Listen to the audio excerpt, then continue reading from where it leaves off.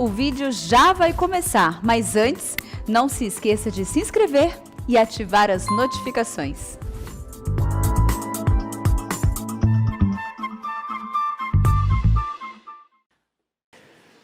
Meus amados irmãos, nós vamos dar início então à nossa Escola Bíblica Dominical deste domingo 11 de setembro de 2022. Seja bem-vindo e queremos acolher a todas as pessoas que estão conosco. Há 21 anos, nesse exato horário, eu estava no Mississippi defendendo a minha tese no curso de doutorado em ministério na área de pregação. Quando eu saí da sala, eu vi na televisão as Torres Gêmeas ardendo em chamas. E eu pensei que era um filme de ficção e não me importei. Fui para casa. Nós já estávamos com todas as nossas coisas embaladas para voltar para o Brasil no dia 12. E vocês sabem o drama que foi.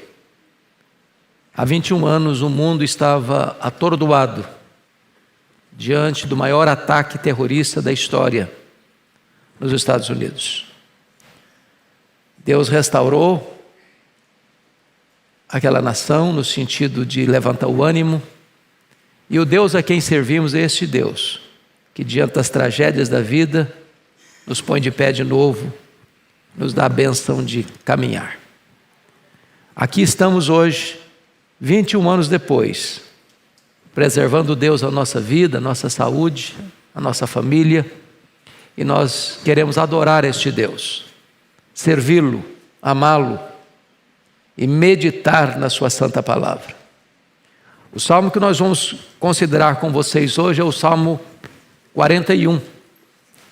E eu peço que você abra sua Bíblia comigo neste salmo. O pastor Arival está expondo o livro de Êxodo e nós estamos aqui expondo o livro de Salmos. E hoje vamos considerar este belíssimo poema escrito pelo rei Davi. Salmo 41. Está escrito o seguinte: bem-aventurado o que acode ao necessitado, o Senhor o livra no dia do mal. O Senhor o protege, preserva-lhe a vida e o faz feliz na terra. Não o entrega à discrição dos seus inimigos. O Senhor o assiste no leito da enfermidade, na doença, tu lhe afofas a cama. Disse eu: compadece-te de mim, Senhor, sara minha alma, porque pequei contra ti. Os meus inimigos falam mal de mim. Quando morrerá e lhe perecerá o nome? Se algum deles me vem visitar, diz coisas vãs, amontoando no coração malícias. Em saindo, é disso que fala. De mim rosnam a uma todos os que me odeiam, engendram males contra mim, dizendo: peste maligna deu nele, e caiu de cama, já não há de levantar-se. Até o meu amigo íntimo, em quem eu confiava, que comia do meu pão, levantou contra mim o calcanhar. Tu, porém, Senhor, compadece-te de mim e levanta-me para que eu lhes pague segundo merecem. Com isso conheço que tu te agradas de mim, em não triunfar contra mim o meu inimigo. Quanto a mim, tu me sustens na minha integridade e me pões à tua presença para sempre. Bendito seja o Senhor, Deus de Israel, de eternidade para eternidade. Amém e amém. Bom, eu gostaria de tratar deste salmo sob o tema As Grandes Experiências da Vida. Vocês bem sabem, e vocês podem notar aí, que esse salmo está encerrando o primeiro livro de Salmos. Os Salmos são 150 poemas escritos em tempos diferentes, por autores diferentes, com ênfases diferentes. Você tem no Salmo 5 livros. Este primeiro livro, que é o Salmo 1 ao 41, todo ele escrito por Davi. E esse terceiro Salmo, escrito por Davi, esse Salmo escrito por Davi, que encerra o primeiro livro, ele encerra de uma maneira muito curiosa, porque ele diz, bem-aventurado. E dos 41 salmos do primeiro livro, apenas 3 salmos começam desta maneira. É o Salmo 1, é o Salmo 32 e o 41.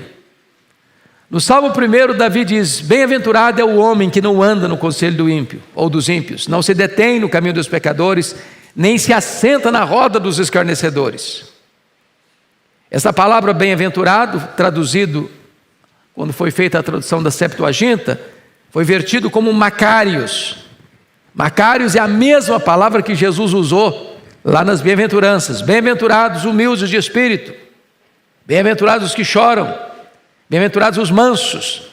E essa palavra Macários significa feliz, muito feliz, superlativamente feliz. E aqui Davi está nos ensinando que o homem que evita o caminho do mal, o homem que não participa dos conselhos, nem anda pelo caminho dos pecadores, nem se assenta na roda dos escarnecedores, é feliz, muito feliz. Segundo lugar, no Salmo 32, ele diz que feliz é o homem a quem o Senhor não atribui iniquidade, cujos pecados são cobertos. Aquele que é perdoado é muito feliz, porque o pecado produz condenação, produz culpa, produz derrota, fracasso, opróbrio. E quando você é perdoado, saber que Deus não coloca na sua conta a sua dívida, mas ao contrário, quita a sua dívida, a ponto de você ser justificado, perdoado, você é feliz, você dorme em paz, você põe a cabeça no travesseiro e sabe que não há nenhuma condenação mais para aqueles que estão em Cristo Jesus.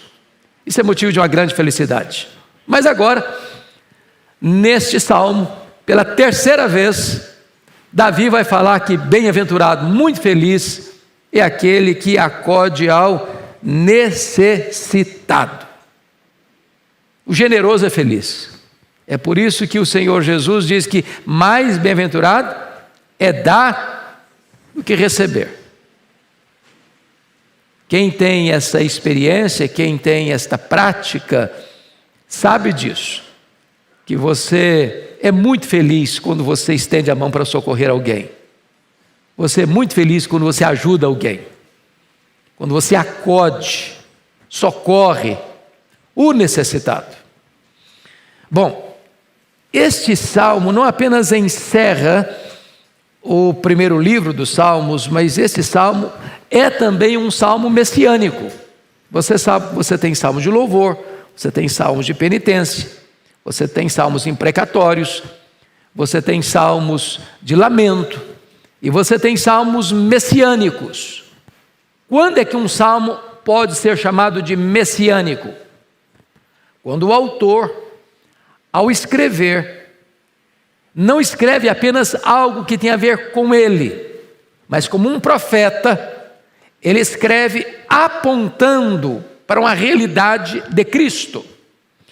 E se você notar comigo, no verso 9 desse texto, até o meu amigo íntimo, em quem eu confiava, que comia do meu pão, levantou contra mim o calcanhar. Davi está falando de uma realidade que ele vivenciou. E teve amigos aliados, como Aitofel, por exemplo, que num dado momento se volta contra ele, para o trair, para puxar o seu tapete. Porém, ao escrever essas palavras, Davi não estava pensando precisamente nele, ele era um profeta. Ele estava apontando para alguém maior do que ele, para aquele que seria chamado o filho de Davi, o Messias. E esse versículo 9, ele nos remete ao texto que Jesus se refere a Judas Iscariotes, que comia do seu pão e voltou contra ele seu calcanhar, que o traiu. Então, por isso, esse salmo também é um salmo messiânico. Ele está apontando para uma realidade que Cristo vai evocar em todos os evangelhos sinóticos. Mateus 26, 24, Marcos 14, 21, Lucas 22, 22 e João 13, 18. Todos esses evangelhos, ou todos esses evangelistas, citam este versículo, Salmo 41, 9, com referência à traição de Judas a Jesus Cristo. Bom, então, agora dito isso à guisa de introdução, vamos entrar na exposição do salmo. Esse salmo está dividido em 3 pontos essenciais. Primeiro, ele trata do crente generoso e do pobre necessitado, dos versos 1 a 3. Segundo, ele trata do crente enfermo e os inimigos impiedosos, versos 4 a 9. Terceiro, ele trata do crente suplicante e o Senhor misericordioso, dos versos 10 a 13. Então, esse é o esboço que nós vamos expor agora, desenvolver agora com vocês.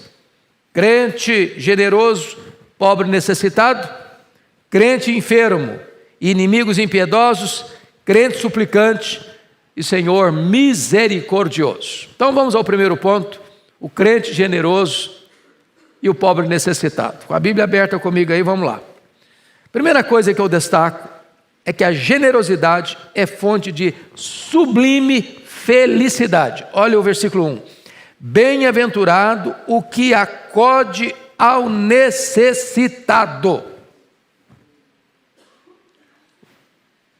Enfatizo, repito, que a palavra bem-aventurado aí, na tradução que foi feita do Velho Testamento para o grego, a palavra que aparece lá é makarios, a mesma palavra que Jesus usou para bem-aventurança. Feliz, muito feliz. A pergunta é: quem é o necessitado? O que é uma pessoa necessitada? A ideia aqui é de uma pessoa desamparada, uma pessoa que está passando dificuldade. Em outras palavras, é aquele que é pobre, de bens materiais, fraco em força, menosprezado em reputação, desanimado em espírito. Não é apenas uma pessoa que está precisando de comer, ou uma pessoa que está precisando de vestir na hora da chegada do inverno, mas é também o necessitado nas outras áreas da vida.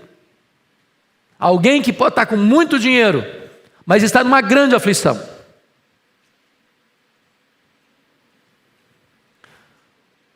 Essa semana atendi uma pessoa de um outro estado que me ligou, uma pessoa que tem muito dinheiro,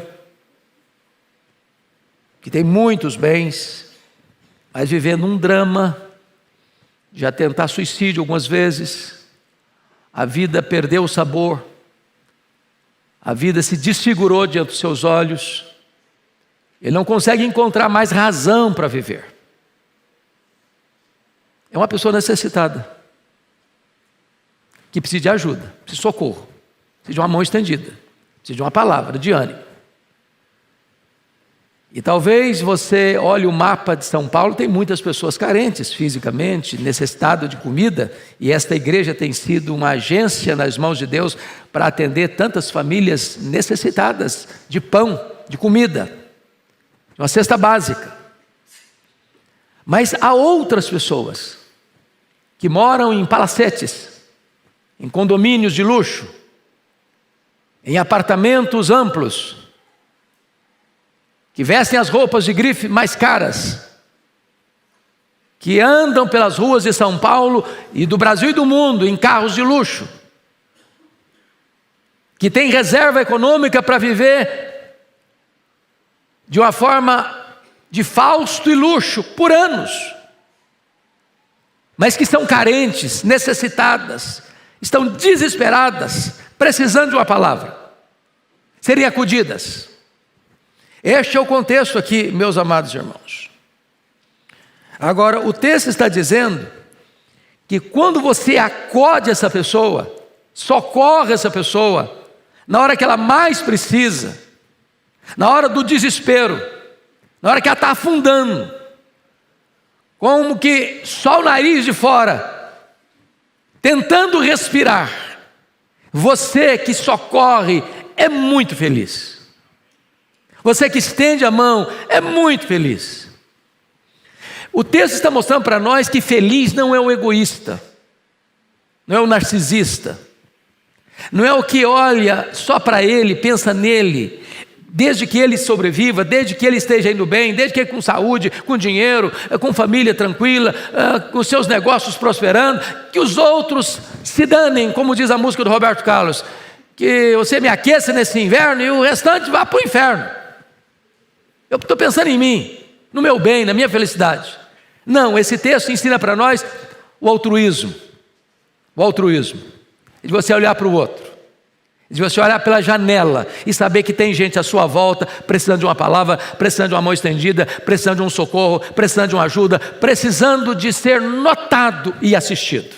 Essa é a ideia do texto. Se você faz isso, isso é fonte de uma sublime felicidade. Notem o que Spurgeon disse sobre esse versículo.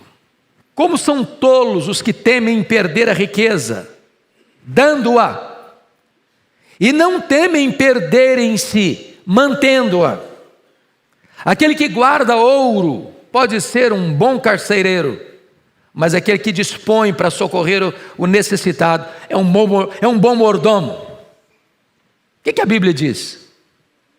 A alma generosa prosperará, mas aquele que retém mais do que é justo é pura perda, vaza pelos dedos. Quando você socorre o pobre, você está emprestando a Deus, que não fica com dívida com ninguém. Então aqui a primeira palavra para você. Você tem essa experiência? Não estou falando lá uma vez ou outra na vida, não. Você tem a experiência de ajudar alguém de uma maneira programática, constante. Quanto do seu orçamento mensal você reserva para ajudar alguém? Frequentemente. Ah, pastor, eu não sei nem quem que eu posso ajudar. Sabe sim. Sabe sim. Tem gente na sua família? Tem gente que trabalha na sua casa? Tem gente que você conhece? Então eu gostaria aqui de fazer um desafio a você. Você não é o que você escuta, você não é o que você promete, você não é o que você sente, você é o que você faz. Ensinar isso aqui e de você ir para casa e contar tudo do mesmo jeito, não resolveu muita coisa. Hoje, quem sabe você aqui faça um teste, uma experiência. E vou lhe dizer uma coisa, ninguém é tão pobre que não possa dar e ninguém é tão rico que não possa receber.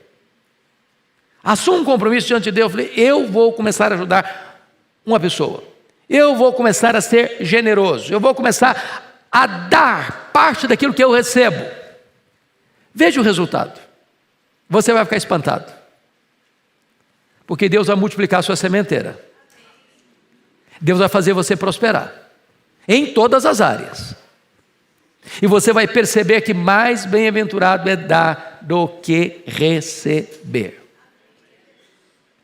Bom, mas vamos agora a uma outra verdade nesse texto. A generosidade não é apenas fonte de felicidade, a generosidade é fonte de ricas recompensas.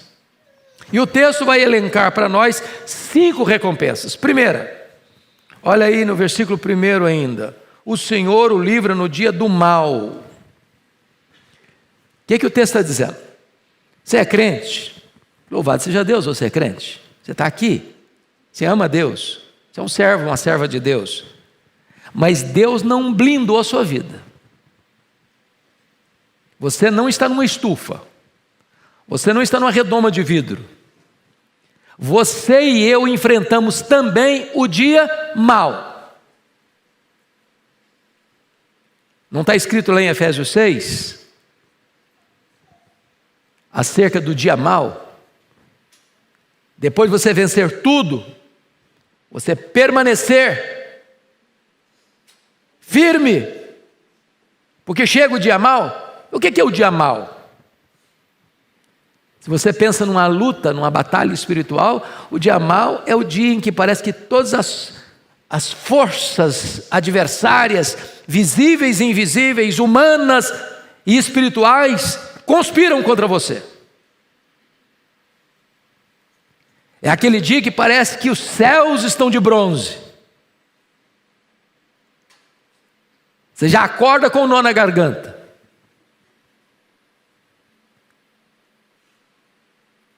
E o texto está dizendo que quando você é generoso, não são os astros que estão movendo em seu favor, não. Não é coincidência, não. Não é apenas uma coisa casual, não. O Senhor o livra no dia do mal. Há uma espécie de promessa particular e específica para o generoso. Você se lembra lá de Cornélio, quando a Bíblia diz que as esmolas que Cornélio fazia eram conhecidas diante de Deus? Não lembra que o Senhor Jesus Cristo disse que se você der um copo de água para alguém em nome de Cristo, você não fica sem receber galardão? Quando você socorre o necessitado, você não apenas abençoa a pessoa que recebe a sua ajuda, mas isso é contado diante de Deus. Não é que salvação é questão de mérito, não tem mérito em salvação, a salvação é de graça, mas Deus está olhando para você e dizer, fulano de tal é misericordioso, ele acode o necessitado, ele é generoso, quando ele estiver passando por um dia mau, eu vou socorrê-lo. É promessa de Deus. Segundo, versículo 2, o Senhor o protege. Agora veja bem que é diferente do livramento do dia mau. O Senhor o protege agora de uma maneira genérica. Dia mau não é todo dia que acontece que é dia mau, não. Tem dia que você celebra, não é verdade? A vida é assim. Tem dia de festa, tem dia de celebração, tem dia de comemoração, tem dia de nascimento, tem dia de casamento, mas tem dia de tempestade. Agora, na dinâmica da vida, na rotina da vida, você tem proteção divina. Isso é fruto e bênção da generosidade. Terceiro, olha aí, versículo 2 ainda. Preserva-lhe a vida e o faz feliz na terra. O que Deus está dizendo? Que Deus vai lhe dar longevidade e lhe dá felicidade. Para mim, esse versículo é uma espécie de resumo das promessas do 5º mandamento. Qual a promessa do 5º mandamento quando você honra pai e mãe? Vida longa e vida feliz. Porque tem gente que tem vida longa, mas é um rosário de sofrimento. Então não é só preservar a vida, é preservar a vida com qualidade, é preservar a vida com felicidade. E isso é promessa de Deus à pessoa generosa. Quarto, versículo 3: o Senhor o assiste no leito da enfermidade. Eu digo aqui que é o conforto na hora da doença. Porque uma coisa é estar doente, outra coisa é estar doente com serenidade. Nas minhas visitas pastorais, normalmente aos enfermos que estão internados, às vezes alguns no estado grave, outros no estado crônico, outros no estado terminal, eu já vi de tudo. Eu já vi pessoas desesperadas, com medo de morrer. E já vi pessoas que parecia que o céu estava vindo buscá-las. E o texto está dizendo que quando você acode o necessitado, você é generoso, é o próprio Deus quem vai assistir você no leito da enfermidade. Eu fico imaginando a pessoa que foi avarenta, com usura, que viu o pobre e o despediu de mãos vazias, que viu o necessitado e negou-lhe uma ajuda, que viu a família passar privações e guardou, como querendo enterrar no coração os tesouros que ajuntou na vida, se despedindo da vida, sem poder levar um centavo, desesperado, sem qualquer consolo, de um ósculo de amizade ou de amor que pudesse balsamizar a sua alma na hora do sofrimento. Mas a pessoa que é generosa, todas estas memórias, certamente Deus traz a lembrança dela, e ela está em paz, mesmo enferma. Mas há uma quinta promessa, está aí no versículo 3, parte B: na doença tu lhe afofas a cama.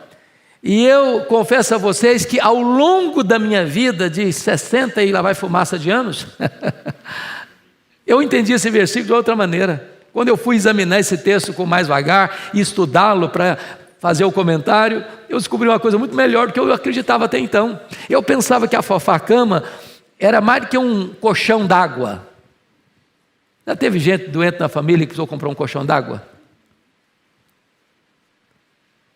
Afofar a cama, a expressão aí é curar, é levantar da cama.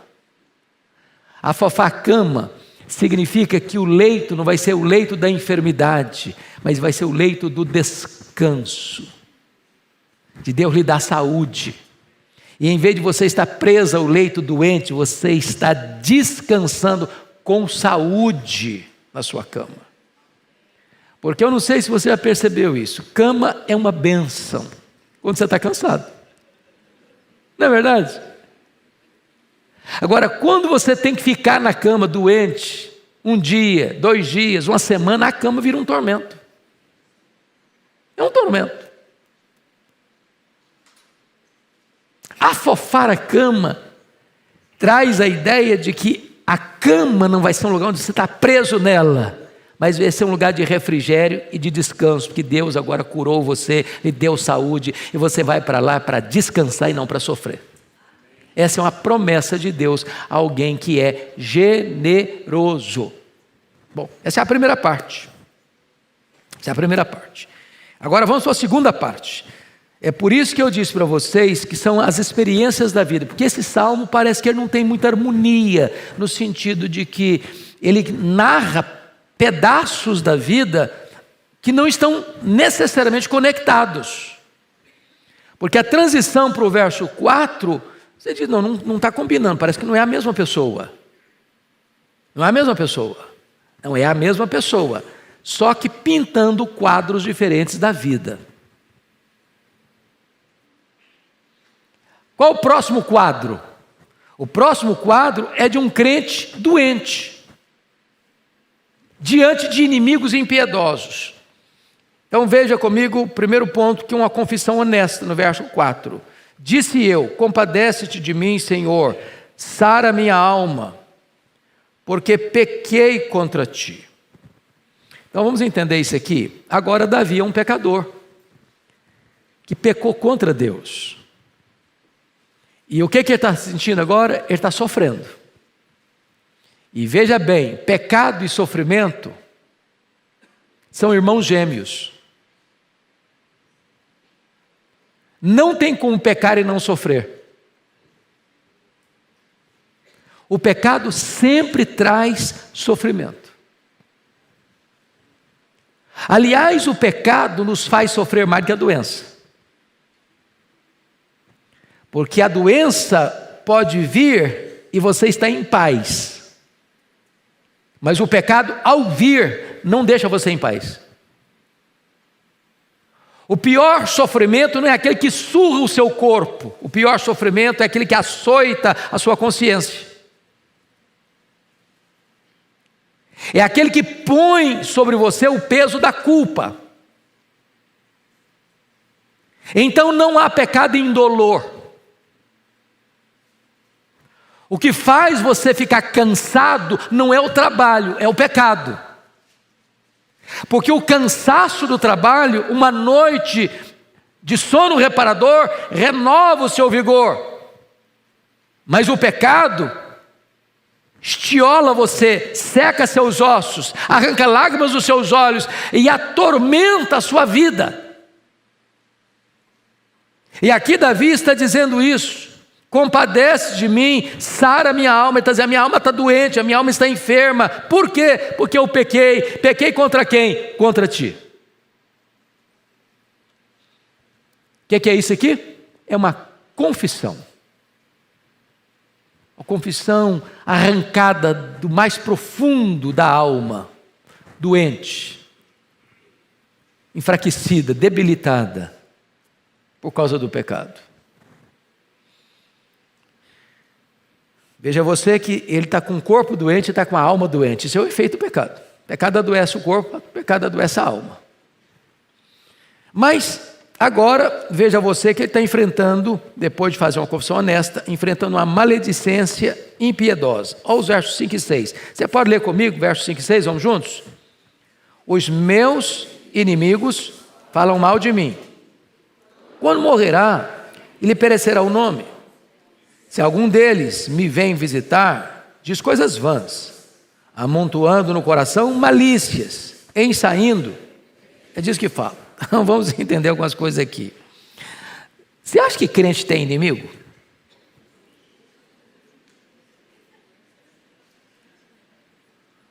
Crente não deve fazer inimigo, mas crente tem inimigo. Agora tem inimigo e inimigo. Tem inimigo que diz para você, eu sou seu inimigo. Você sabe com quem você está lutando.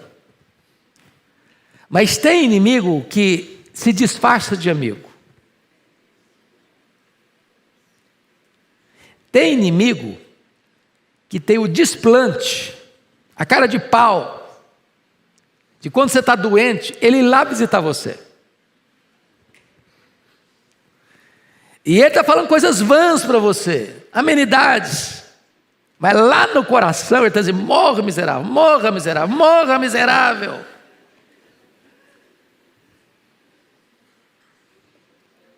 Você já pensou num negócio desse? Eu espero que você não tenha gente desse jeito. Davi enfrentou essa gente. Há pessoas que estão torcendo pela sua morte. E a pergunta deles é esta: quando morrerá e lhe perecerá o nome?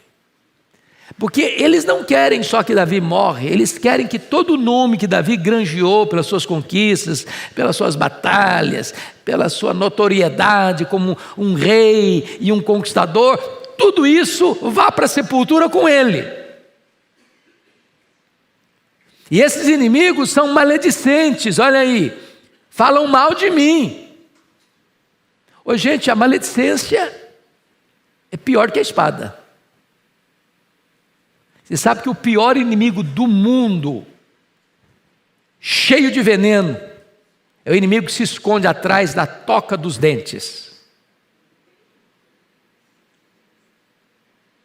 É a língua maledicente. Tiago disse que essa língua é pior que um fogo, que incendeia uma floresta, e é pior do que um veneno, que mata, letalmente, mata. E aqui Davi está enfrentando esse problema aí, de inimigos maledicentes, de uma maledicência impiedosa, que espalha boataria, e que pior, se disfarça de amigo, e vai lá visitar você, lá na sua casa, lá no hospital, Você está recebendo soro pingando nas veias. E o cara está lá, dando risadinha, igual de hiena.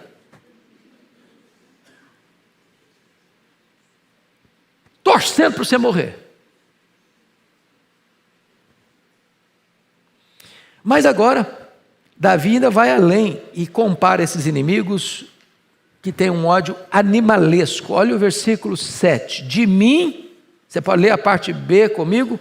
De mim, a parte A. De mim rosnam a uma todos os que me odeiam. E a ideia de rosnar aí é a ideia de uma alcateia de lobos, ou a ideia de cães raivosos. É aquele inimigo que arreganha os dentes. E quando um lobo rosna, quando um cachorro rosna, ele não está abanando o rabo, saudando você. Que bom que você chegou. Ele está o quê? Armando o bote para atacar você. O que Davi está dizendo é que esses inimigos são tão violentos quanto uma alcateia de lobos. São tão violentos como cães raivosos que estão rosnando para atacar você. É o que Davi sentia. Aliás, a história de Davi, talvez uma das coisas boas, alguém me pergunta assim, pastor, como é que você lê a Bíblia? Porque tem gente que, a história de leitura da Bíblia, assim, eu li a Bíblia tantas vezes. Se você me perguntar quantas vezes eu li a Bíblia, eu não sei responder para você. Não sei. Porque eu não tenho o hábito, não estou dizendo que é errado, não, eu admiro quem faz isso, aplaudo quem faz isso. Começa a leitura de Gênesis, vai Apocalipse. Começa em Gênesis, Apocalipse, Gênesis, Apocalipse, Gênesis, Apocalipse. Li tantas vezes. Maravilha. A minha experiência é outra. Eu gosto de morar num livro da Bíblia. Sabe o que é morar no livro da Bíblia? Você lê 1, 2, 10, 20 vezes o mesmo livro, ou lê o texto 1 a 5, 10 vezes o mesmo texto. Ou de você pegar uma biografia, como de Davi, por exemplo, e ler toda ela numa sentada só. Porque às vezes a gente lê fragmentadamente e não junta as coisas, não faz conexões. Não é verdade? Então, quando você lê a biografia de Davi, Davi foi um cara que só teve paz enquanto cuidava de ovelhas lá em Belém. No dia que o Samuel foi na casa do pai dele e entornou o azeite na cabeça dele, a partir dali ele passou a não ter paz dentro de casa, a partir da casa dele. Os irmãos dele já começaram a não gostar dele. Esse cara aqui, esse caçulinha, vem aqui só para atrapalhar a gente, porque ele estava cuidando lá das ovelhas. Aí vem, passou na fila, furou a fila, ele tomou o nosso lugar. A partir dali a vida de Davi foi uma vida de guerra a vida inteira. O cara não teve paz. Isso aqui não é retórica não, isso aqui é realidade.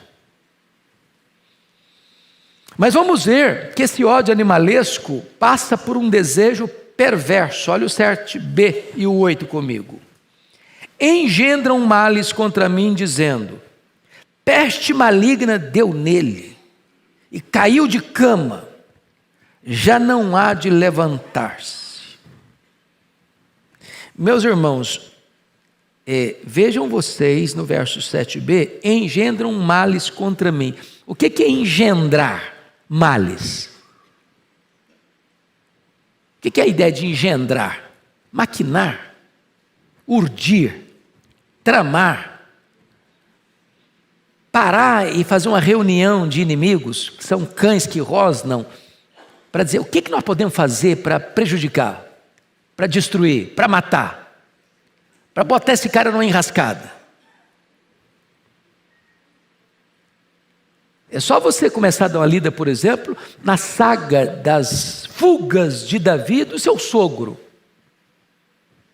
O rei Saul fazia reuniões e mais reuniões com o seu exército. Como nós vamos matar Davi? Ele escapou dessa? Vamos pensar numa outra estratégia. Vamos armar uma nova armadilha. Vamos criar uma nova situação para pegá-lo, para matá-lo, para destruí-lo. Você já imaginou o que é um cara viver a vida assim? Ele está vivendo esse drama. E agora veja você no verso 8. Davi ficou doente. E aí eles estão apostando numa doença gravíssima.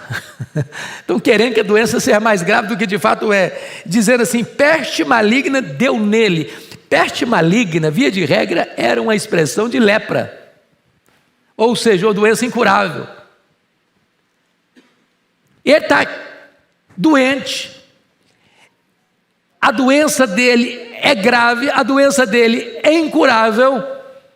E eles estão apostando nisso. Já não há de levantar-se. Ou seja, dessa vez, ele não escapa.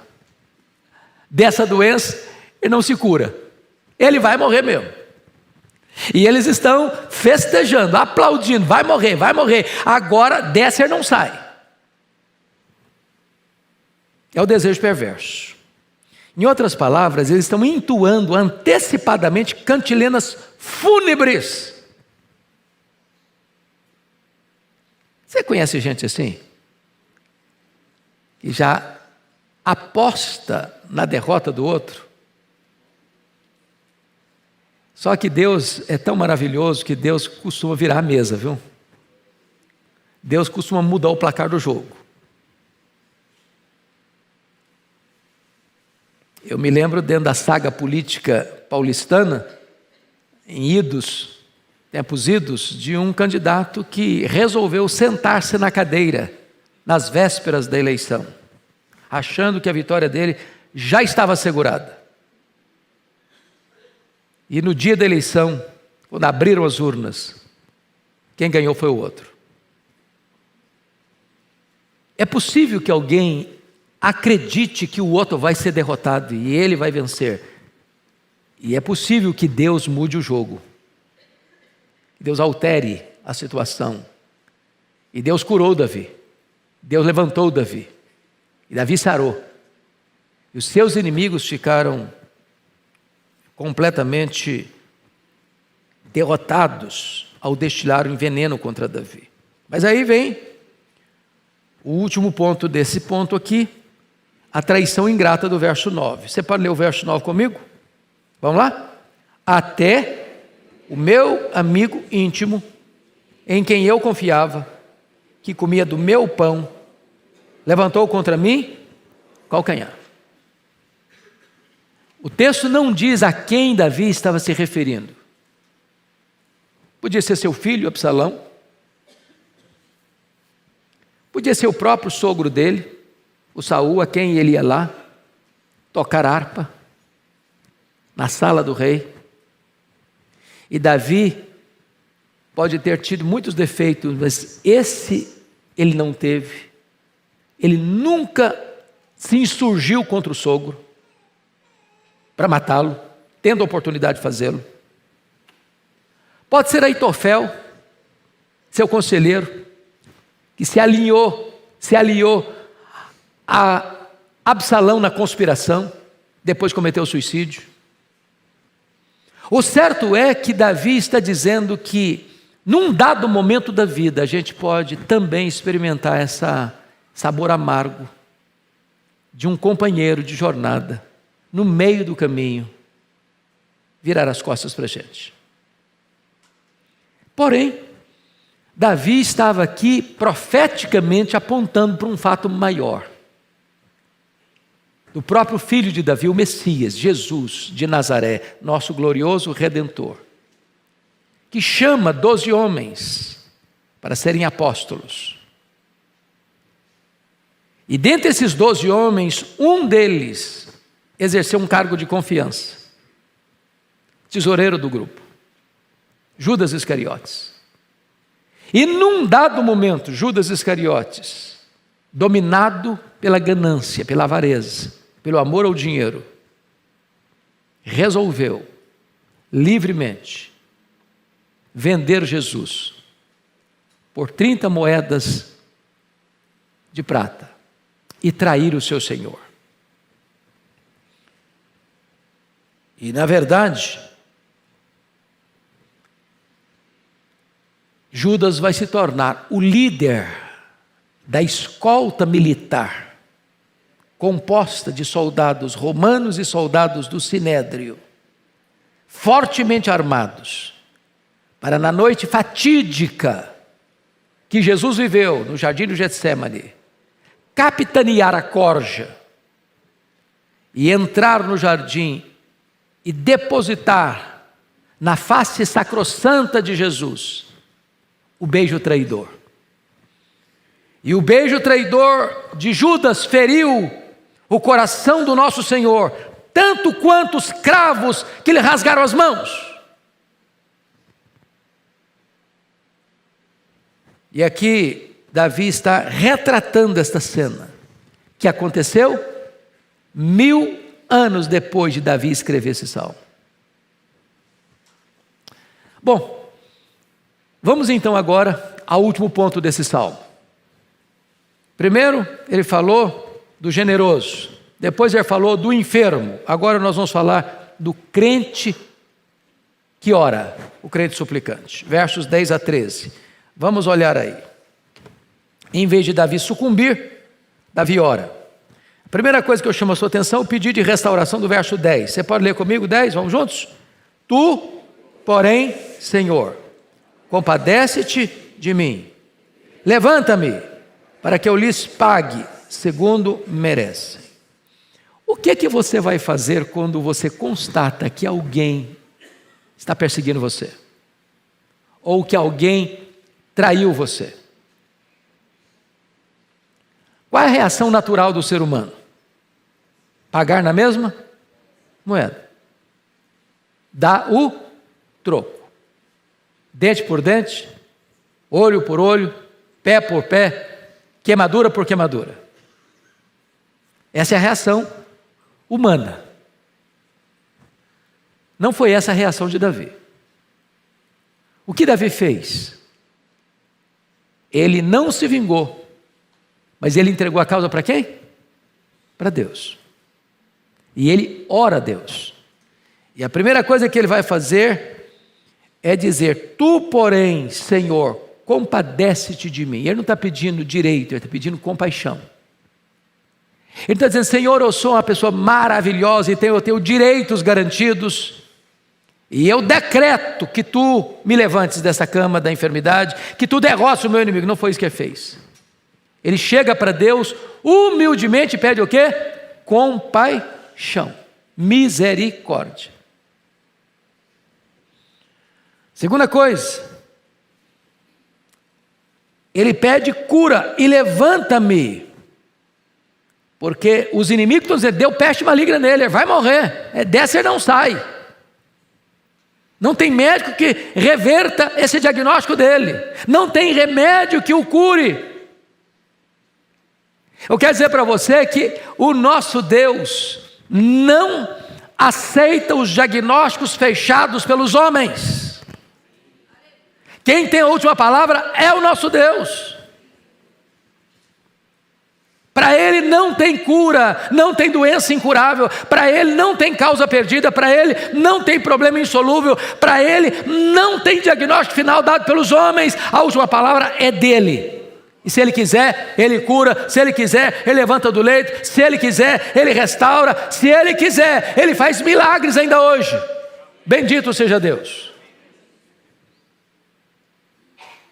Agora vamos entender o verso 10, a parte B, porque pode parecer para nós, a princípio, que Davi está com o coração cheio de rancor e ódio, desejando vingança. O que está escrito aí? E levanta-me, para que eu lhes pague segundo merecem. Davi tinha uma consciência, irmãos, que é muito importante entender. A consciência da dinastia davídica, porque foi feita uma promessa para ele. Qual foi a promessa que foi feita para ele? Que um descendente dele se assentaria no trono, e o seu trono seria um trono eterno. Davi tinha plena consciência de que o Messias procederia dele. E se a dinastia davídica fosse interrompida, destruída, essa promessa do Messias não se cumpriria. E aí você vai ver os perigos para frente e as lutas que aconteceram para frente, porque Salomão reina no seu lugar. Salomão morre, Roboão reina no seu lugar. Está indo dentro da linha. Mas Roboão foi insensato. E o que aconteceu? O reino se dividiu. 10 tribos seguiram a liderança cismática de Jeroboão I. Mas Deus preservou a tribo de Judá, de onde procedia Davi. E Deus mesmo cuidou na história para que essa linhagem não fosse corrompida, essa linhagem não se perdesse. Até que, na plenitude dos tempos, na casa do pão, Belém, onde nasceu Davi, 1000 anos depois, nasceu Jesus de Nazaré. E a promessa se cumpriu.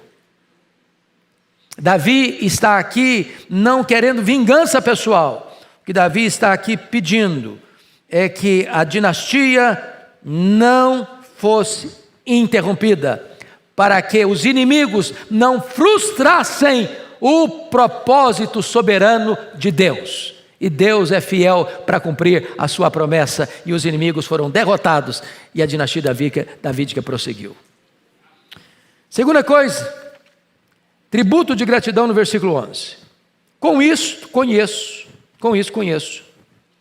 que tu te agradas de mim, em não triunfar contra mim o meu inimigo.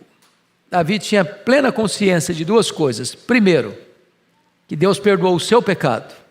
Segundo, que Deus o curou da sua enfermidade. Terceiro, que Deus cumpriu o seu plano de, através dele, suscitar o Messias, o nosso Salvador.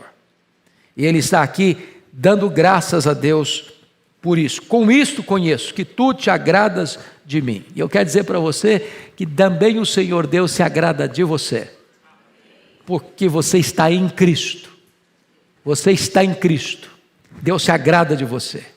Deus fez você assentar com Cristo nas regiões celestes, acima de todo o principado e potestade. Então, quando Deus olha para você, Ele vê a justiça de Cristo em você, e Ele se agrada de você, apesar de você e eu sermos quem nós somos, pecadores.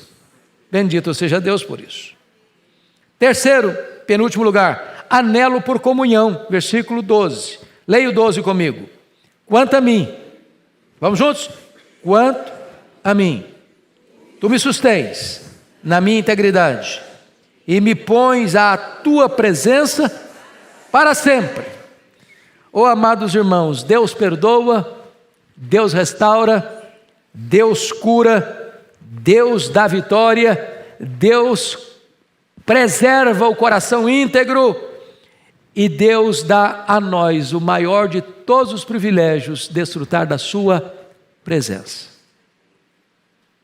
A maior bênção na vida de um ser humano é andar na presença de Deus. Bens, saúde, prestígio, são coisas boas, magníficas, preciosíssimas. Mas a maior bênção é a comunhão com Deus, é a presença de Deus. Foi por isso que quando Deus disse para Moisés, lá em Cades Barneia, olha, vocês vão ter a minha promessa, eu vou dar para vocês a terra prometida, eu vou levar vocês lá, vou escalar um anjo para acompanhar vocês até lá, vocês vão conquistar a terra, a promessa está de pé, mas eu não vou com vocês. E Moisés disse para o Senhor, Deus, se tu não fores conosco, não nos faça subir, porque a maior necessidade nossa não é da terra prometida. Um anjo é tão importante, mas a maior necessidade nossa não é de um anjo. A maior necessidade nossa é da tua presença conosco, é a presença de Deus. Irmão, se Deus está presente, temos tudo. Ele é o nosso prazer, Ele é o nosso deleite, Ele é a nossa herança, Ele é a nossa alegria, Ele é a nossa paz, Ele é a nossa justiça, Ele é a razão da nossa vida. Finalmente, este versículo final, versículo 13, ele é uma doxologia, e eu chamo sua atenção para esse ponto. Nós temos, disse a vocês, 5 livros no livro de Salmos. O primeiro livro, 1 ao 41. O segundo livro, 42 ao 72. Terceiro livro, 73 ao 89. Quarto livro, 90 a 106. Quinto livro, 107 a 150. Se você olhar carinhosamente, verá que todos esses livros encerram com uma doxologia. Não é apenas o encerramento do salmo em específico, mas do conjunto de salmos daquele livro. Então o que você vai ler no versículo 13 não é apenas o encerramento do Salmo 41, é o encerramento de todos os 41 salmos do livro 1. Como é que ele termina? Vamos ler juntos? Bendito seja o Senhor, Deus de Israel, de eternidade para eternidade, amém e amém. Ele está encerrando o salmo e ele está encerrando o livro que compõe o Salmo 1 ao 41. A mesma coisa, já que nós temos um segundinho mais, eu termino aqui. Vamos ler como é que encerra os outros? Olha aí, 72, 19. Rapidinho, vocês estão ágeis aí. 72, 19. Olha como é que encerra o segundo livro. Bendito para sempre o seu glorioso nome, e da sua glória se encha toda a terra. Amém e amém. Olha como é que encerra o terceiro livro, 89 e 52.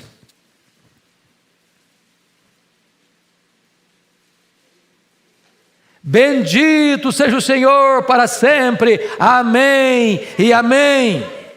Olha como é que encerra o quarto livro, 106, 48. Bendito seja o Senhor Deus de Israel, de eternidade a eternidade. E todo o povo diga amém, aleluia. Vamos ver como é que encerra o último livro, 150, versículo 6. 150, versículo 6. Vamos ler todos juntos agora? Todo ser que respira, louve ao Senhor. Aleluia! Louvado seja Deus. Que a nossa vida seja uma doxologia ao Senhor. Deus abençoe, amados. Até daqui a pouquinho no culto das 11. Fiquem com Deus.